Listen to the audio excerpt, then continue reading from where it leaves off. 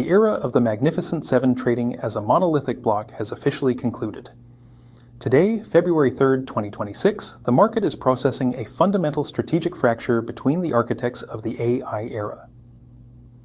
While Elon Musk has announced an honorable discharge for Tesla's flagship Model S and X to pivot the Fremont facility into a mass production hub for Optimus robots, Nvidia is executing a cold-blooded retreat from its most ambitious infrastructure bet. Jensen Huang has characterized the widely reported $100 billion OpenAI investment as never a commitment, citing a critical lack of business discipline in the startup ecosystem. As Nvidia shares slip nearly 3% to $186.81. The blank check phase of the AI cycle is being replaced by a ruthless re-rating of capital efficiency. Last week's earnings confirmed what we are calling the Great AI Decoupling.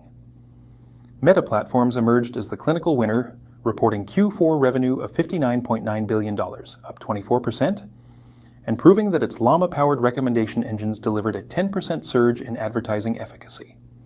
This immediate ROI allowed Meta to guide its 2026 capex to an eye-watering $135 billion without triggering a valuation reset. In stark contrast, Microsoft has hit the reality wall. Despite a healthy $81.3 billion revenue print, shares plunged 12%, their worst single-day decline in 6 years. The bottleneck isn't demand, it's physicality. Microsoft is struggling with power grid constraints and data center construction delays, spending $37.5 billion per quarter on infrastructure it cannot yet fully deploy. Simultaneously, Oracle is attempting to bridge this gap by raising $50 billion in new debt to fund a $300 billion contract with OpenAI. With Oracle's total debt now exceeding $100 billion, the market is rightly questioning the sustainability of this circular financing model, where chipmakers fund the very customers buying their silicon. Looking toward 2030, we are shifting from a chip shortage era to a power and land shortage era.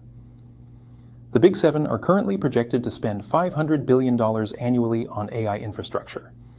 But the physical utility grid cannot support a linear expansion of 10 gigawatt computing clusters at the pace software developers demand.